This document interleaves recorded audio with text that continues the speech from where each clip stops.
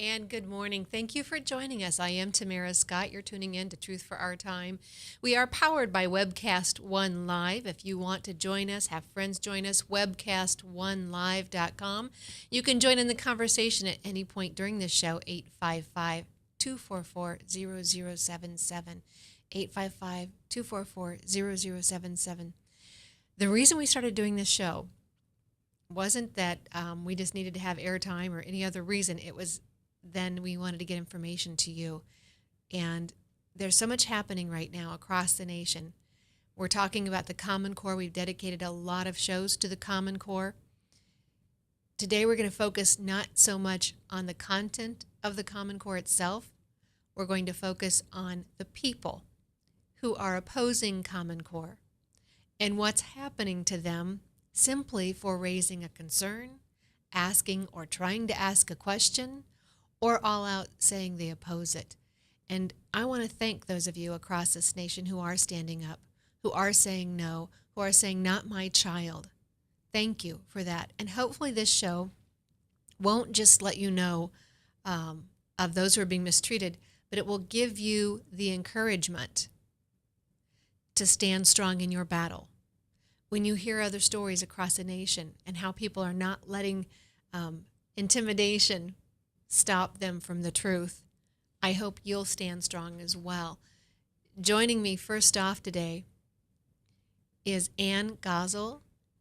Ann is with two different groups, Missourians, Missouri Education Watchdog, and also Missouri Coalition Against Common Core. And I'm grateful for their work. There are so many good people in this cause. Donna Garner out of Texas. Donna has been getting information out. I don't know what her whole network is, but I want to encourage you, because just by forwarding an email, you might put information in someone's hands that can help them. And Donna has helped me connect with a couple of our guests on the show that will be coming today and other shows that we've done. Before we hop into that, you see behind me this wonderful photo.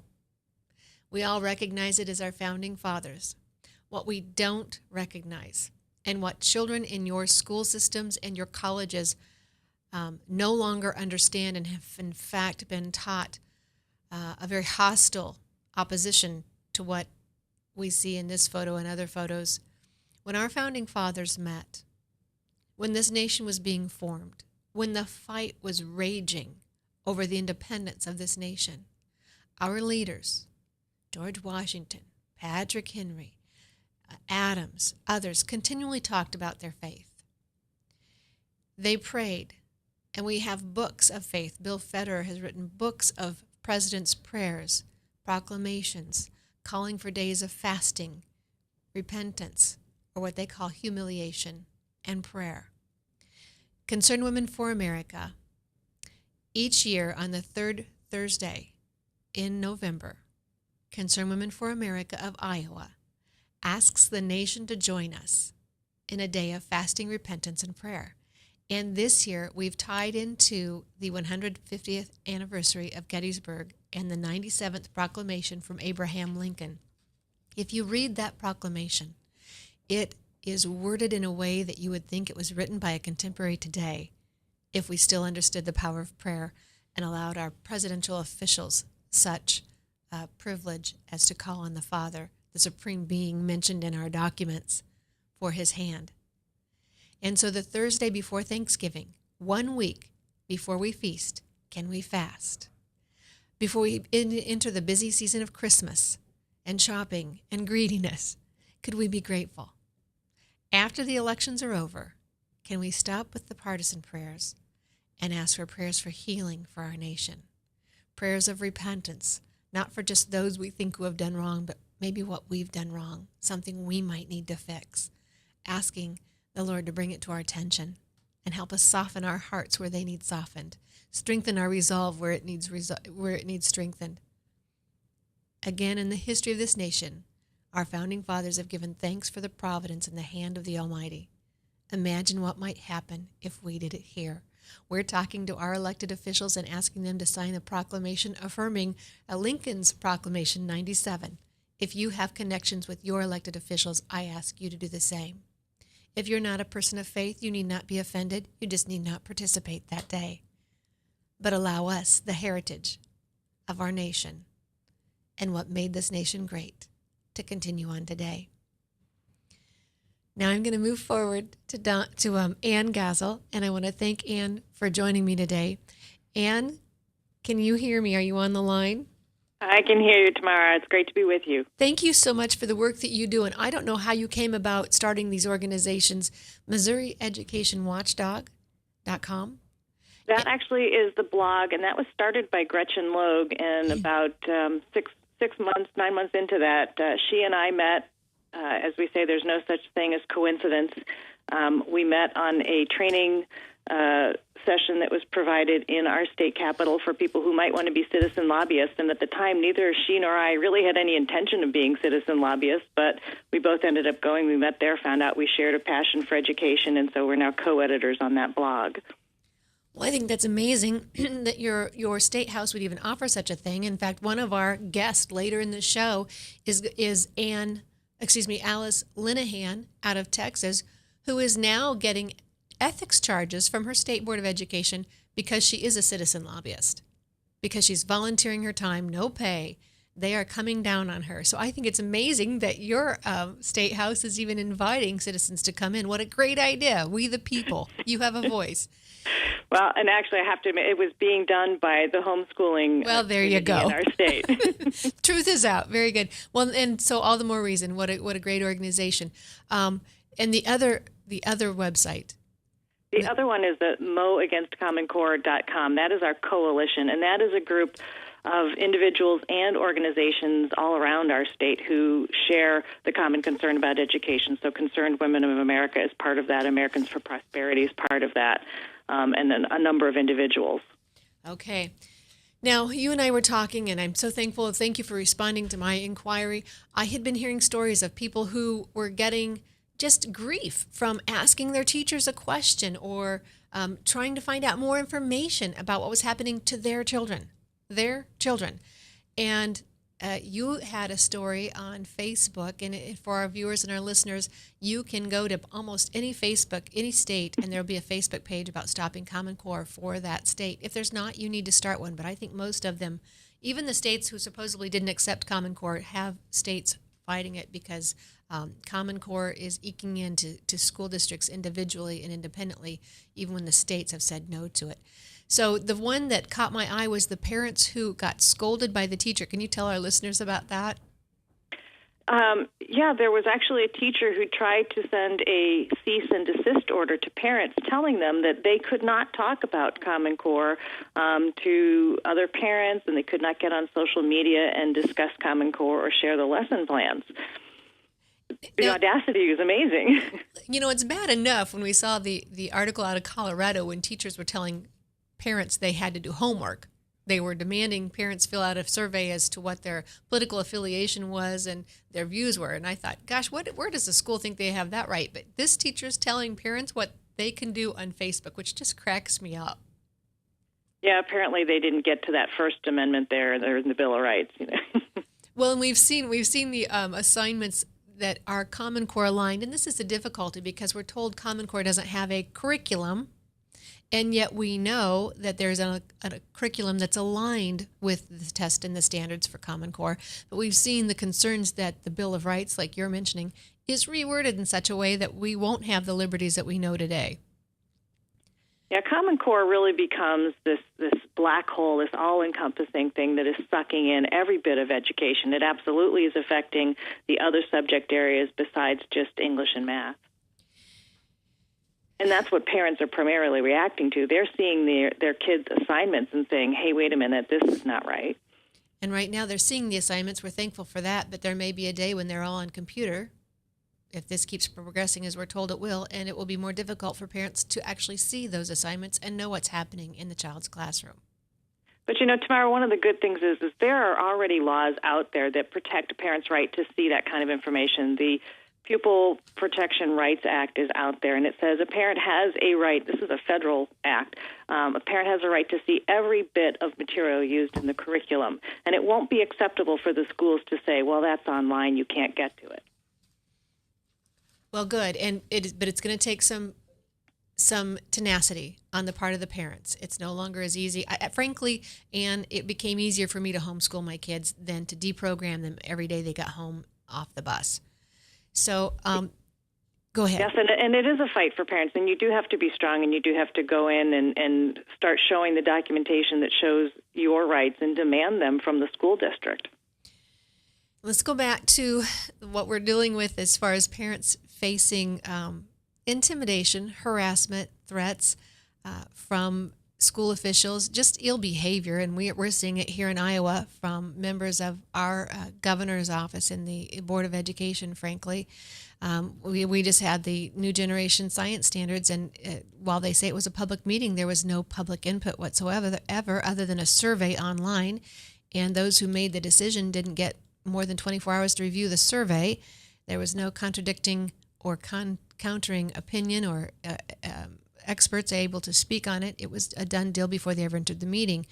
And those who were speaking on it are now concerned about how they're being treated and labeled. And we're going to talk about that a little bit later in the show with the dad who simply had a question on an assignment and was labeled a neo-Nazi. Todd Starnes has that article on, and Renee Knoll brought it to our attention through the Examiner.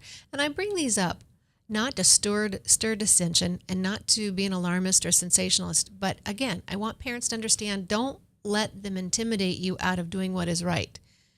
Don't let the tactics of destroying the messenger just to keep the message quiet because they don't like the message work. You have to remain active and vigilant. And hopefully you'll hear these other stories of parents who are not backing down and be encouraged. And you had another story you brought to my attention of parents who were not allowed into the school building for their conference without an escort. Yes, and I thought it was an isolated incident, and since I spoke to you, I've now heard from two other parents in completely different districts where they had this same tactic applied. It was the night for parent-teacher conferences, and so they had already expressed their concerns previous to the conference about Common Core, and when they got there, the principal met them at the door, escorted them to their teacher's classroom, sat in on the parent-teacher conference. In one of these instances, the principal actually answered almost all of the questions instead of the teacher. And when the conference was over, the parent was escorted back out of the building so that they could not talk to other parents, they could not talk to other teachers. Okay, I don't get this on a couple of situations, a couple of fronts. First off, the schools, are they no longer public? Well, they're public, but you have no say. The only public in them is the tax money. But you, as a public citizen, you cannot walk into a school building. Shouldn't a public citizen, is there ever a time when the schools are open to the public anymore? No, it's very difficult. It used to be much more common. You could go into your child's classroom and sit there and observe, or you could help out and, help with the reading and the math and that sort of thing. Now it must be scheduled, and they have to approve you, and they use excuses like they don't want you disrupting the classroom discussions or progress, or it's for safety and security reasons, which are all just a front to just keep the parents out of the classroom. Absolutely. And if they know when you're coming, we all know you can have a classroom staged. We've seen it in other countries that live under a different regime or a different, less climate of liberty. So you can have the classroom staged when a parent walks in. I can't imagine what parents are thinking when you can't just freely walk into your child's classroom. When you understand what this puts you, what realm this puts you in as far as your child is concerned, you have to have permission. You're no longer under their authority. You're under the authority of the guards at the school, of the teachers at the school. To me, that's... You simply for being a parent are considered a security threat. Thank you. That was what I was trying to say. that in your child's eyes, you and other parents are now a danger. These are the messages we're sending to our kids with maybe not the intention, but that's very certainly what's coming to your kids. The other issue is, how is this any different from a penitentiary? You're an assigned visitor. You're given a number when you walk in. You sign in. You go only where you're told to go, and you have to sign back out. They know you're coming. I'm seeing that, and I've said it before, when we have our kids in public school, what we're training them to be is good inmates, whether it's an asylum, a penitentiary, or hospital, we're teaching them how to be good inmates, to stand in line, to take their number, to take their instructions, and then leave the gated area. You know, there's a lot of things not to like about Common Core, but and certainly these situations, but one of the things I think it has done, it has unmasked public education. There's other parents out there like myself who had problems with the school long before Common Core came up, and when you started to go up against the school, we saw these tactics, but they were just a more limited basis. Where you were marginalized and you were made to feel like you were the only parent that ever had a problem with this particular teacher, or that your Yes. child was exceptionally, was a bully, when you thought, like, gee, that really doesn't make sense. Now that we have the majority of parents seeing the assignments coming home and seeing things, strange messages from teachers. My kid came home with a contract that they were supposed to sign at the beginning of the year that said, if you do not participate in class, I consider you a parasite. And I brought this to the principal's attention, and he said, oh, an unfortunate choice of words. And I said, no, that would be something she said in class. This is a contract she wrote up, typed up, made 150 copies of, and explained to the children. I don't think that's an unfortunate choice of words. But so in a way it's good because it's unmasking the problem that has begun to occur in the public schools within the last decade. Right, and I want to clarify, what we're talking about is not necessarily part of Common Core. You're right, these things were happening in the 90s in my little rural school district in Iowa. So these things are not necessarily Common Core, but they are coming more. Common Core seems to be firming them up, cementing these practices against parents. And Absolutely. So it is being exposed. So you got other stories coming into your website, and the website is Mo Against Common Core, MO, the abbreviation for Missouri, Mo Against Common Core, and the blog site is Missouri Education Watchdog. Is Missouri abbreviated in that website? No, it's all spelled out. Missouri Education Watchdog. Other stories that have come to your attention? We have had parents who were called by the superintendents and told, you are a very foolish woman, you don't know what you're getting into. We have had teachers tell parents they just don't understand. We've had school board members who tried to comment on the curriculum told that they were not qualified.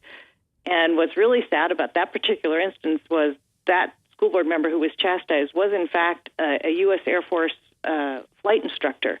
He's very qualified in teaching, and he very much knows, and it was American history curriculum that he wanted to comment on. So it's unbelievable what has been happening. And so what you're bringing up there is unqualified, and this is a concern I have as well, and I think we're going to see it more with Common Core, is who's allowed to participate in the discussion and who's not. And I'm sorry, but an education degree, a degree of paper, an education is different from a degree. And wisdom is different from a degree as well. And so the thing I think we should remember always is that you're the parent, you're the authority, and you have every bit obligation, I guess, more than just a right and a privilege, an obligation, responsibility to be involved. So when you got involved with the Common Core, what were your concerns on it that really lit your fire? Well, I think the first thing I ever saw on Common Core was presented by Betty Peters, who is on the Alabama State School Board. And it was just a graphic showing the Bill and Melinda Gates Foundation and all of the money that they were funneling to all of these different groups to work on and promote this thing called Common Core. And this was almost 3 years ago when I saw this chart. And I said, boy, that sounds really strange. And haven't we heard so much about Bill Gates and his money even just a few weeks ago being spread around more to continue to promote Common Core? You would think that something that was so inherently wonderful wouldn't need a whole bunch of money to support it. That's a great idea. Or we wouldn't be so concerned about local input if it was such a great idea. Parents know what's good for their kids. I've often said we don't need these tests and these standardized tests to know which teachers are good. Parents know what their kids are learning. You can tell by how your kid's behaving, questions they're answering, their vocabulary. You know what students are doing well. We don't need these tests as a way to measure our teachers. Small school districts, big school districts, doesn't matter. You can tell what teachers are having an effect and an impact in a healthy way on their kids.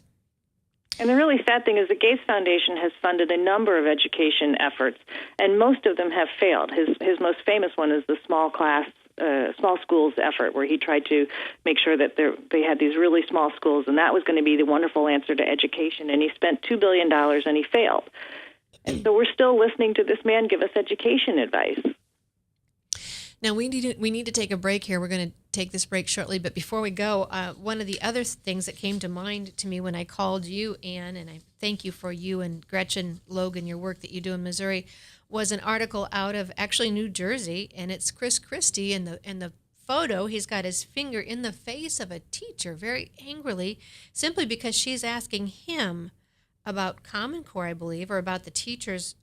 And his point to her was, just do your job, rather than listening. This is kind of this bullying attitude that we're seeing, and I understand he's a Republican, and I understand sometimes photos can be taken out of context, but I think they even have an audio of this one. Why are governors so intent on promoting the Common Core? Well, unfortunately, for the reason they all got into it, money. The state fiscal stabilization funds were the things that really kicked this off, and the governors had to agree that they would adopt a set of common academic standards in order for their state to qualify for billions in state fiscal stabilization money.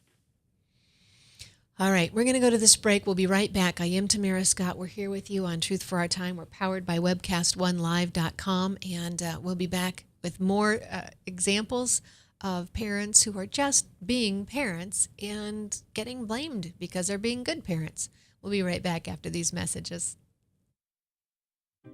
Yes, now your favorite programs on Webcast One Live can all be watched and listened to on any Android or Apple device, your phone, tablet, or iPad.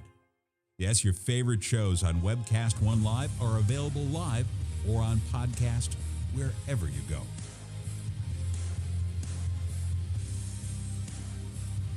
Let me introduce to you some of our great shows.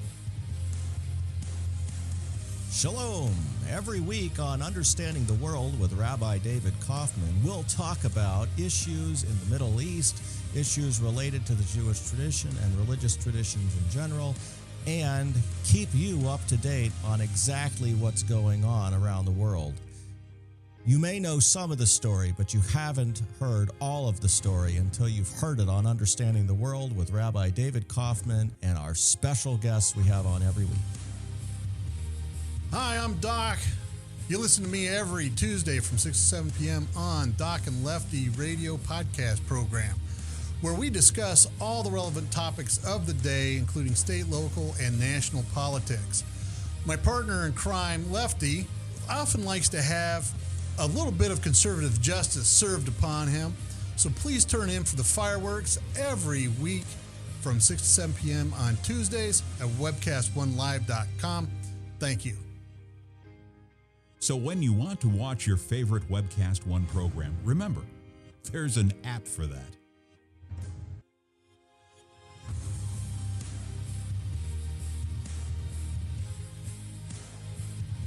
You know, there's an app for that.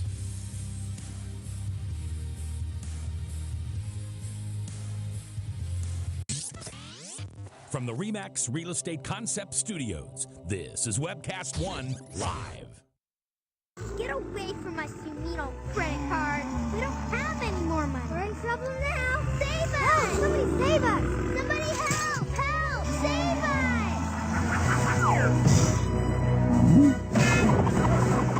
us! Hi, I'm Tom Coates from Consumer Credit of Des Moines.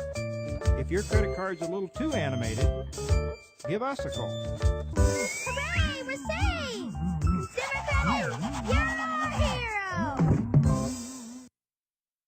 And thanks for joining us. Ryan, I just sent you a link for one of our later guests coming up. It is the ethics charge that she got just simply because she brought to light information concerning Texas financial situations with the school there. And I think, I don't know if it was a later audit because of what she did or during the time of what she was questioning. So I'll send that to you for later on in the show. Joining me right now, we have Ann Gassel on the phone. Ann, am I saying your name right? Is the G a soft or a hard G? It's Gassel, yes. Thank you. very much. Thank you for being with us. And joining us is another Ann, which is going to make it great fun, I'm sure, a little confusing. Ann Miller is joining us. Ann is out of Maryland. Ann, thank you for joining me today. Thank you, Tamara. Good morning. And even more, thank you for being in a meeting about Common Core and being organized enough to have your tape recorder ready. Were you tape recording this whole meeting? I was. I write on Examiner.com, so I figured I would try to cover it and see if I could pick out things to write about. So are you a parent, a mom who just happens to write and Examiner's picked it up, or are you a reporter who is going to a meeting? I'm a mom, first and foremost, and an engaged citizen, and I happen to write on Examiner.com about the things that, concern me as a citizen. Okay, and bring us where we were. Maryland, it was a school board meeting? It was actually a Common Core forum put on by our State Board of Ed, and they did 4 of them around the entire state of Maryland after the beginning of the school year. So it was after implementation. They decided they better start informing parents about Common Core. Okay, we have the video queued. We're going to play it. Those who are watching on our website will be able to see it. Those of you who are listening, you'll just hear parts of it. We've got it queued up, I think, to the point of action, and we'll try and explain it through. All right, Ryan, do you want to play that video? Let me do this.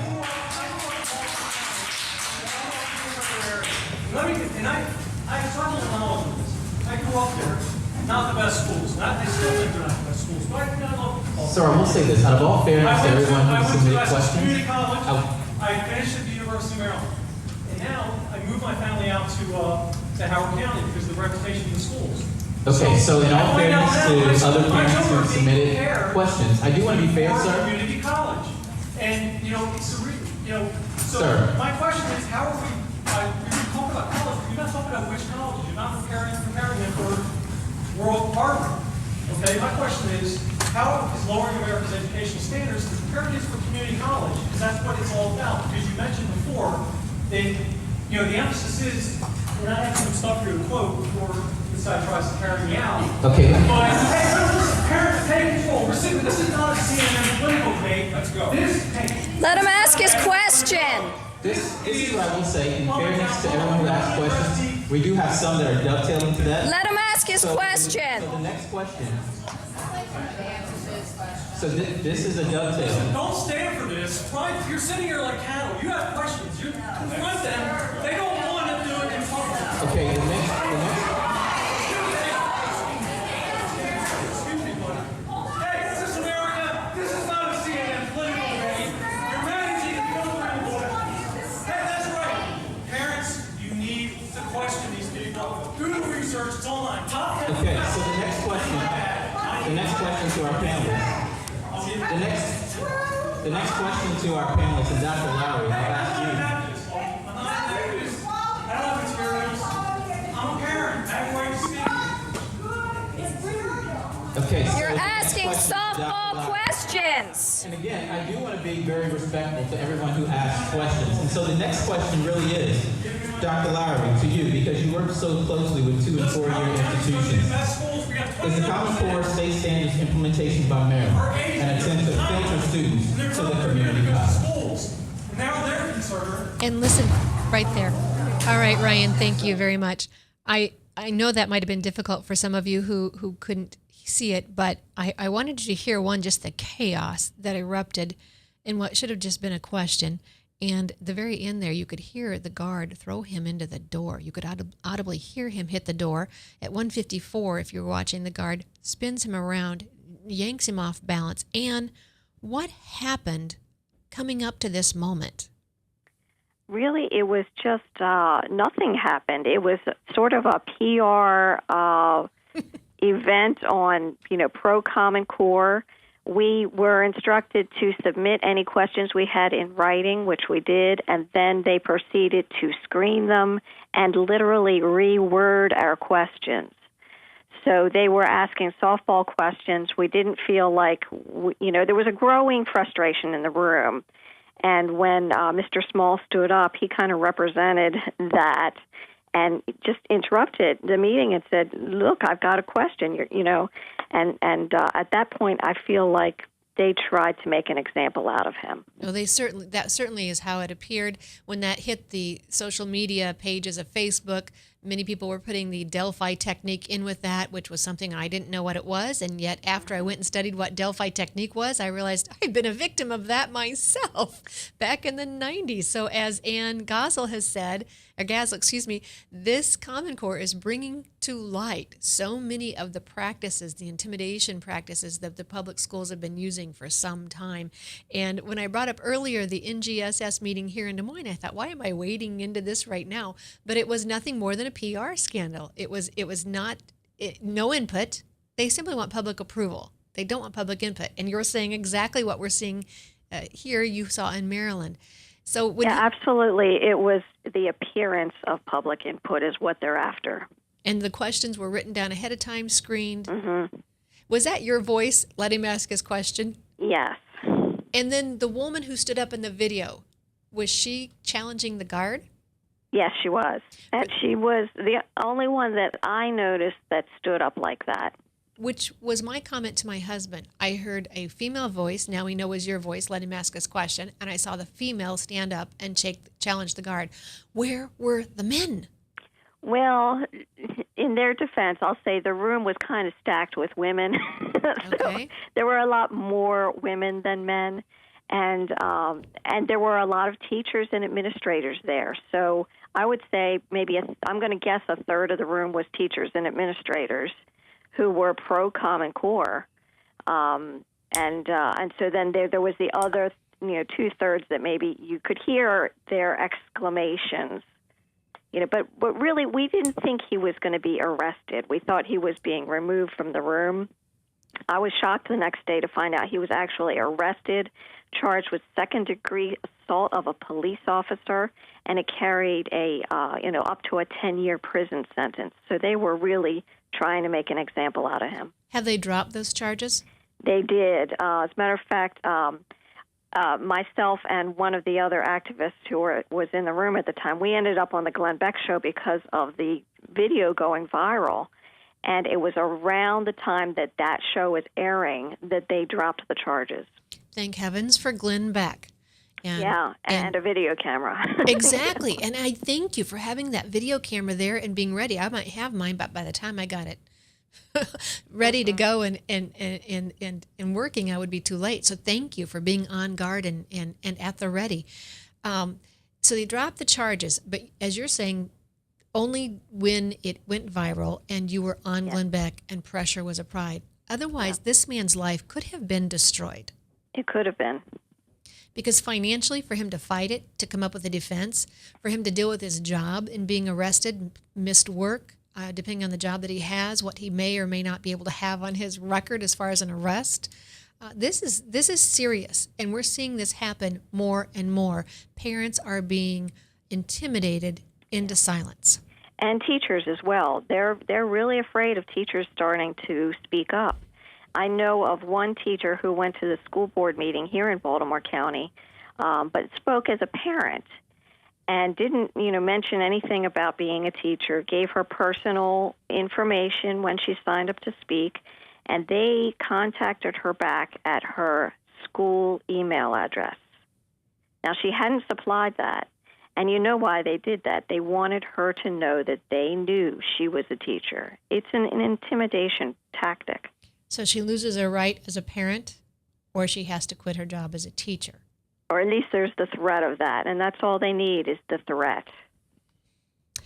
Well, Ann Miller, what is your takeaway of this, and what is your word to parents, citizens, taxpayers who are watching? Well, I think that what happened with the incident in Baltimore County, a lot of parents sat around because we're not used to these kind of tactics. We don't necessarily recognize them right off the bat. And so you kind of sit around not knowing what to do. It's time we start recognizing that our school system is very political and that they are using these tactics, and we have to be prepared and know in advance how we're going to react to things like this and be ready. We do have more teachers speaking out. You brought up that the teacher had spoken out. There are more and more teachers who are writing concerns about it. I'm not sure I'm going to remember the website, the blog, the Chalk Face or something. A teacher has an article on there, I love you and I believe in you, to her students. And she can no longer continue teaching because she can no longer continue to watch what Common Core techniques are doing to her children. She's seeing them pull their hair out. She's seeing them cut themselves. She's seeing them beginning to have absences from school where they were good students before. She's seeing their frustration, their tears when they're being tested over materials they've not been taught. We need more parents. We need more teachers to stand up and to continue to fight this battle. And I think we need to recognize that it's not just a Common Core battle. Common Core was just the thing that woke parents up. And we're actually seeing that it's just one of a long line of offenses against local control of schools, against parental rights. We need to really wake up and see that it's not just Common Core. It is the loss of local control being sold out because of these federal education grants that come with these strings. Common Core was just a requirement to apply to the Race to the Top education grant. So it's a way of the federal government to kind of skirt law and the Constitution so that they can gain control. And the irony is that the school districts are so desperate for the money, and most of the money is going just to provide services for the federal accountability measures. So they're getting money from the feds to give them the reports that the feds want. It's really kind of what we see in a casino.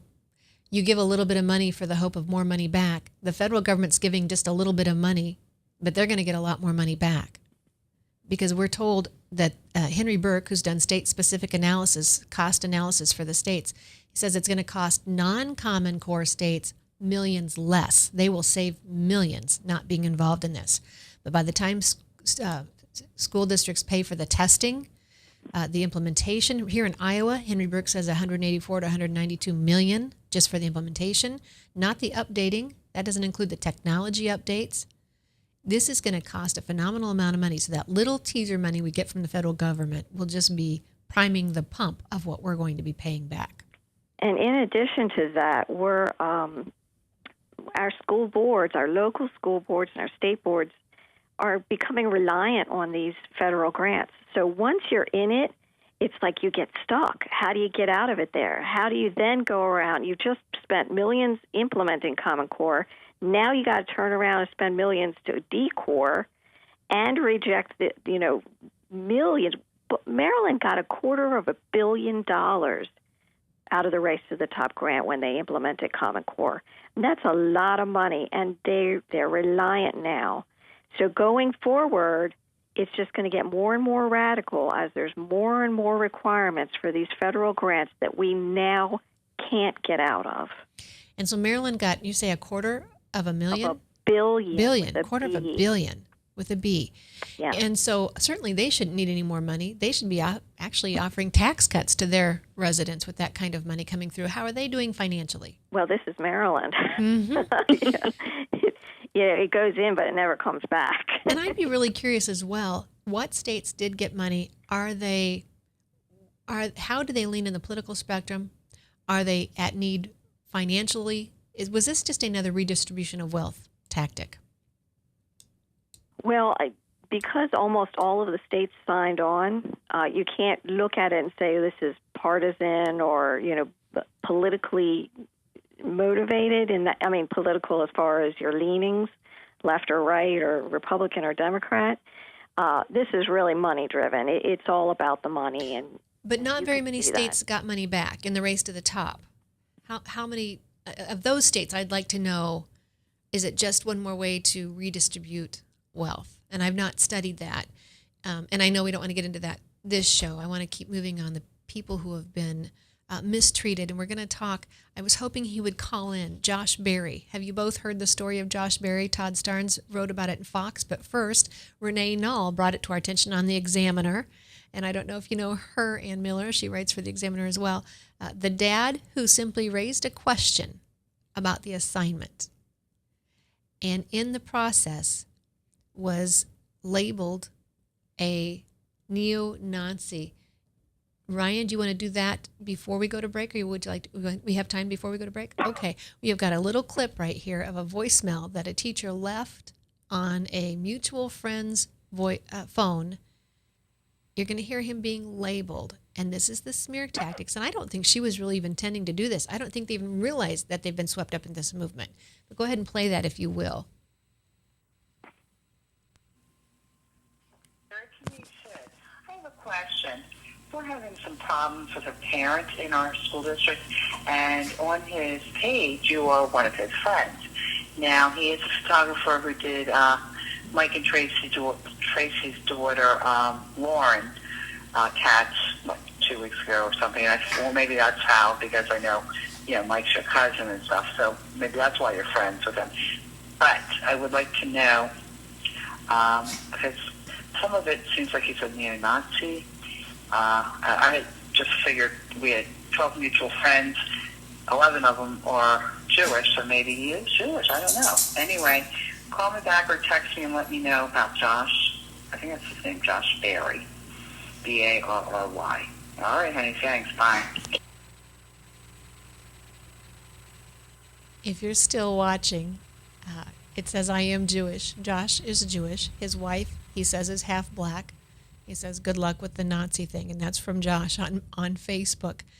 The gentleman that got that voicemail responded back and said he's the farthest thing from a Nazi. And I really don't think that this teacher was intentionally trying to smear someone, but I think they've been swept into what happens when we label the messenger because we don't like their message or their stance.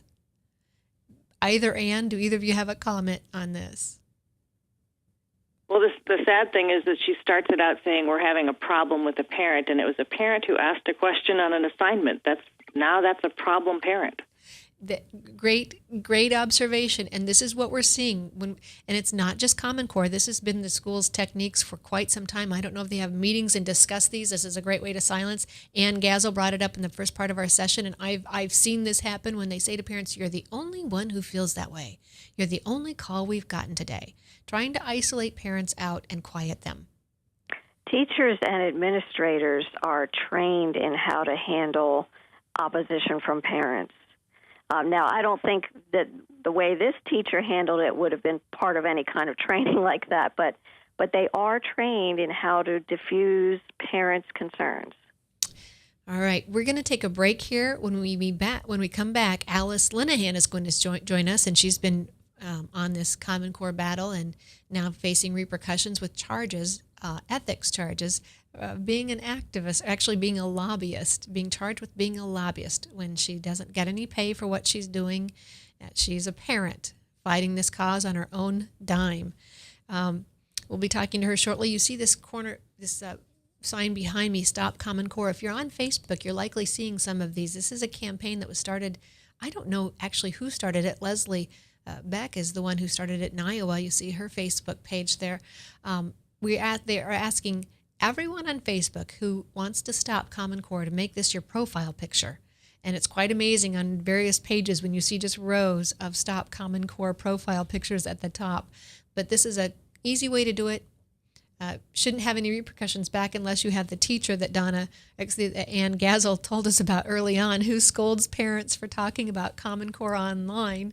Even so, you need to do this. You need to take a stance, whether somebody likes it or not. You need to do the right thing. We're going to take a break. We're going to be right back here. I am Tamara Scott. You're listening to Truth for Our Time, powered by webcast1live.com. From the RE/MAX Real Estate Concept Studios, this is Webcast One Live. I'm Brian Leach, owner and general manager of Service Legends. I brought along a couple of the home comfort heroes. Hi, I'm Tammy Wells. I am Nick Wondershot. I'm administrative manager. I'm the senior technician from Service Legends. It seems like every good thing, when you feel it to the bone that it's good, there's a lot of hard work put behind it. I don't think that you can fake it and have it turn out good. You know, if we seem like, okay, that's just weird, it's just a furnace, why would you believe so deeply in a furnace? It's not just that, you know, we want to show the world that you can have good service. Yeah, I mean, it's your home. it's built into our daily trainings, it's built into our culture, that we're going to do whatever it takes to have each client say they love us, period. That's why we spend all the hours in the training that we do. And if we guarantee it's going to be a good experience for you, or else it's free, what type of work do you think we're going to do? There is a guarantee. Temperature selection guarantee, fixed rider it's free guarantee, comfort guarantee, best value guarantee. All of these guarantees hold us accountable to ensuring that we exceed your expectations. And if for whatever reason we'd fail and we can't make it right, we guarantee all of those guarantees with a 100% money back guarantee. I mean, if you don't think that your technician can fix it right, are you going to say that to a client? No. You don't have to worry about having a technician come to your house. We drug test, background check all of our team members. We put safe people in your home. Each and every one of our service techs, 400 hours a year in training. You tell it the minute they walk in the door. They know what they're doing, they've done their homework, and they actually truly care about what you want. Because at the end of the day, you're the person that makes sure I have a job. They're going to be listening. They're going to want to know what your challenges are. Then they're going to come and give you options, and you get to choose. If I'm there to help and I make it easy and painless, I did my job right that day. Well, when it comes to your comfort, safety, and your family, you don't necessarily go buy the most expensive, but you get the most bang for your buck. Oh, it's worth it, because there's a lot of people that will find a way to get it to work right now and then leave and then come back, charge you again, and the cycle just repeats itself. So when I'm out there looking at the furnace, I want to find why it failed today. How can we change the part today with something that you're not going to have to worry about? Is it worth changing the part today? I mean, you can put a lot of money into a furnace. I can fix parts all day. There's good job security in that for me, but is it the right thing for you? I get a lot of the phone calls of after the technicians are there. They're just in awe. They're like, wow, you guys are great. I mean, I don't even know what to say. You guys are great. Everything you did was perfect. It was great. Keep going though, I like this. Just give us a try. I'm going to take all the risk. I've got the time to make this right. I've got the support to make it right. Just check us out. And if you don't see the value in what we do, I mean, fixed rider, it's free or 100% money back. Enough said.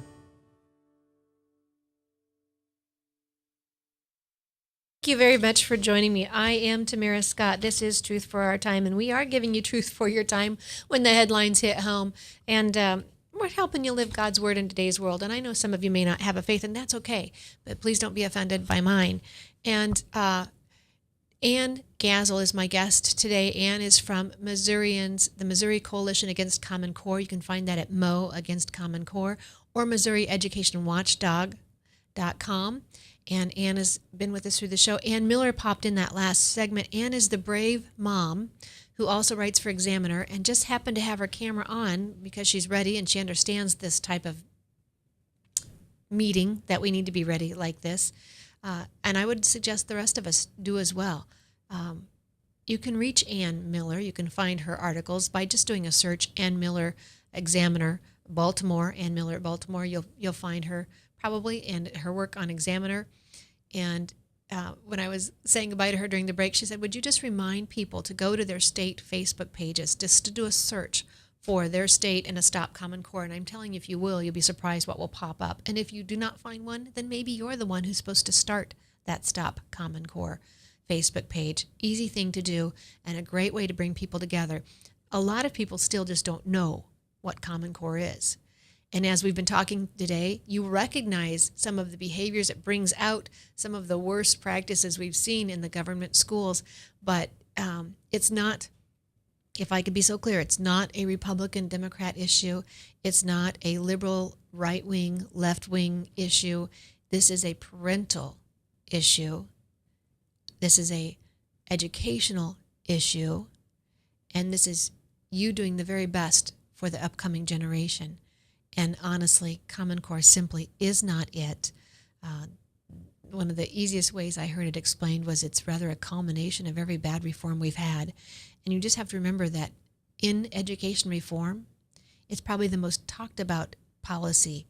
Education always comes up in elections and political speeches, and everyone's for education, and no one ever wants to be the one to say no to an education program. There's a lot of money involved in it. A lot of corporations stand to make money from this. And it's hard for politicians to come out and say the truth or speak against it, or they may just not know it. So I would invite you to talk to them, make sure that they learn it, hear it from you. And we've seen Senator Grassley be a leader on this here in Iowa. We've seen the Republican National Committee write a resolution denouncing it. We've seen several governors, including the Iowa governor now, do a proclamation moving away from Common Core. We still have to be careful to make sure that that looks different than when the Iowa Core is implemented, how it's different from the Common Core and the data collection. And Gazel, do you have anything that you can add along that line that comes? I know you deal with this so much, you probably have a lot to add here. Well, you talked about the Iowa Core in Missouri. We call them the Missouri Learning Standards. And I am sure that they will, if those become labeled the boogeyman, they will try and change the name again. What the proponents need to understand is that what the parents are reacting to is not the name. What the parents are reacting to is what they see in the school. So it doesn't matter how many times they rename it, the parents will always recognize it for Common Core, especially the parents with children in the very youngest grades where much of the stress is occurring. In the youngest grades, and that stress, as we talked about, pulling out the hair, I don't know that the cutting is the younger grades, but in New York we saw the stories of nosebleeds, anxiety, behavior issues, all kinds of negative behaviors playing out. Yeah, and we're seeing that here in Missouri as well. And you talked about the teachers. The teachers are in a bind on this, and many of them do not support Common Core, and they're experiencing the bullying and the intimidation techniques from the inside. And next week, for those of you listening, next week we want to talk about the assignments. If you have assignments, if you've dealt with issues of assignments, we want to come back to that. I keep having parents send me, call me, send me information about things that they just can't believe that they're seeing in their children's classwork. So if you have information on those, I want you to send those to me at Stop Common Core Iowa, Stop Common Core Iowa, Truth for Our Time. You can send them to me that way as well, Truth for Our Time or Stop Common Core Iowa. Both are gmail.com addresses. Joining us online today, Anne, is a lady by the name of Alice Linehan. Alice is an intrepid activist. That's what her bio says. An intrepid activist, politically active Texas mom who worked hard in the trenches of the grassroots movement. She's launched Voices in Power in 2011 in response to identifying an urgent need to engage in the passive majority of voters at both national and state levels during the primary process. And then she's also engaged with Women on the Wall. And I came into contact with Alice through Donna Garner and her good work that she's doing to alert people to Common Core. Alice, thank you for joining us. Thank you so much for having me. Now, as we were talking, you are facing repercussions as well, and we believe it's because of your stance on the Common Core. Give our listeners the brief background. Yes. Basically, last Thursday, I got a call from the Texas Ethics Commission that said that Thomas Ratliff, who is on the State Board of Education, he's an elected official, and he happens to also be a paid lobbyist for Microsoft, had filed an ethics complaint against me, basically alleging that because of my activist activities, I should be registered as a paid lobbyist. My question is, I'm not being paid.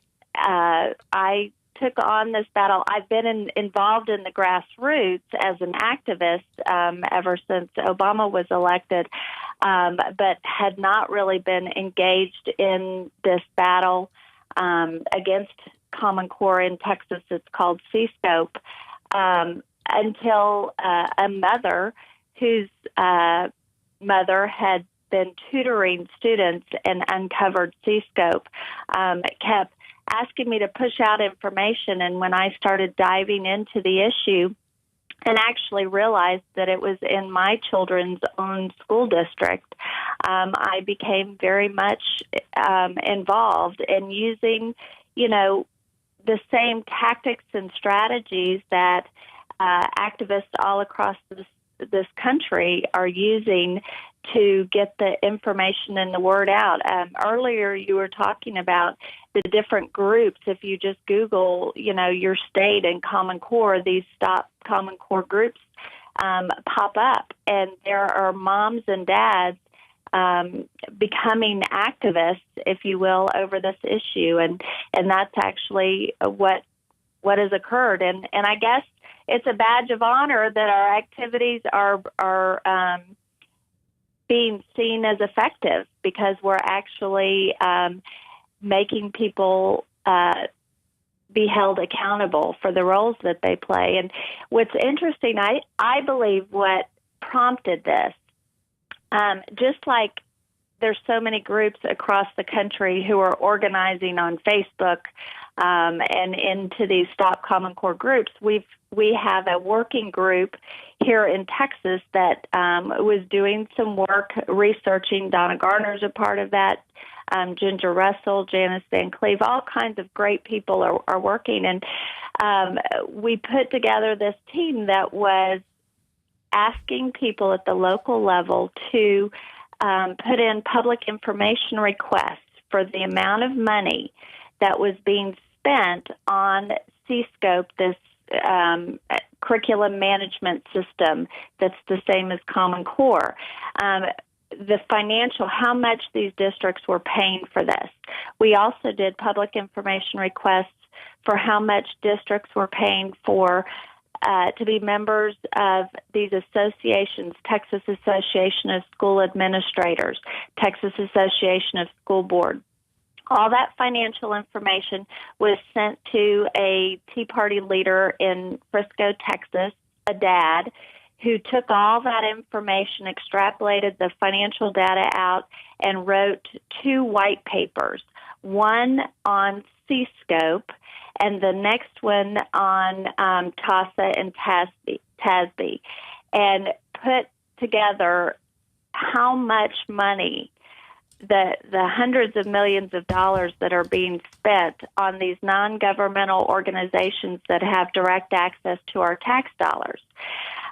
Women on the Wall hosted a education summit in Conroe, Texas, and this financial information was given to Senator Dan Patrick, who's a sitting state senator, and the Lieutenant Governor David Dewhurst. When they left that summit, they called the state auditor, and the state auditor put in a request for a charter to do a full audit of C-Scope. So when we have a Wednesday night conference call every Wednesday night, and we have these communication teams that call in to this conference call, and last Wednesday we had the gentleman that had written those white papers spoke up, and he gave a report and talked about the amount of money that was involved in these organizations. And then the next morning, I got the call from the Texas Ethics Commission that I had a complaint filed against me. I think that's the most efficient I've seen government work. Exactly. And you know, I have to give kudos to the Lieutenant Governor, you know, and Dan Patrick for actually taking the step to get the state auditor involved. And that was because of the pressure and the work of moms and dads across the state who were willing, by the way, to do that work for not one penny. It was because that we are defending our children and protecting them. We have just a couple minutes left. So what is the status? Are you going to be okay? Are you going to have to come up with money to defend yourself on this ethics complaint? Well, we're in a holding pattern right now. I did talk to an attorney because before I went public with this, I wanted to make sure that it was okay to go public with it. And actually, he recommended it because I think what Thomas Ratliff's strategy is to just put it out there, oh, don't listen to Alice Linehan, she's got an ethics charge against her. Well, I wanted to get it out there because I really want people to look at Thomas Ratliff's history because he is on the State Board of Education as an elected official and a paid lobbyist for Microsoft. And those of us, you know, who understand the Microsoft's involvement in Common Core, that sends up red flags. So we're in a holding pattern. I may, if the Ethics Commission decides that this complaint is valid, then I will, be needing to employ an attorney, and we'll just go for it. And we will have to raise money for you. Right, exactly. My response to Thomas Ratliff is bring it on. I mean, I would love that opportunity to show the difference between a paid lobbyist and an activist. And we are running out of time, but you have the Impeach Ratcliffe website, and was that before or after this complaint? That was before Okay. Voices in Power. We did put up a impeachratliff.com, and I encourage everyone to go there and, of course, sign this petition, but even just go there to read about it, to see about him. My guest today, Ann Gassel, Gassel, with Missouri Coalition Against Common Core, with Missouri Education Watchdog, Alice Linehan, with Voices in Power and Women on the Wall. I appreciate both of them joining me. I hope you both come back, because I think we have more shows with both of you on a variety of topics. One more thing to our listeners. David Barton is going to be in town here in Des Moines, Iowa, the 23rd of November. You can get a ticket, thefamilyleader.com. He'll have his wonderful educational historical teaching during the dinner hour, and I think that's at 5:30. But at 4 o'clock, as a bonus, free of charge, nothing extra, with your ticket to the dinner, you may come at 4 o'clock for teaching on Common Core, a whole session on Common Core from David Barton. You can find more information about that, thefamilyleader.com. I would highly recommend it if you're anywhere in the area. Ladies, thank you for joining me today. We are out of time. I am Tamara Scott. Be encouraged, but never be complacent.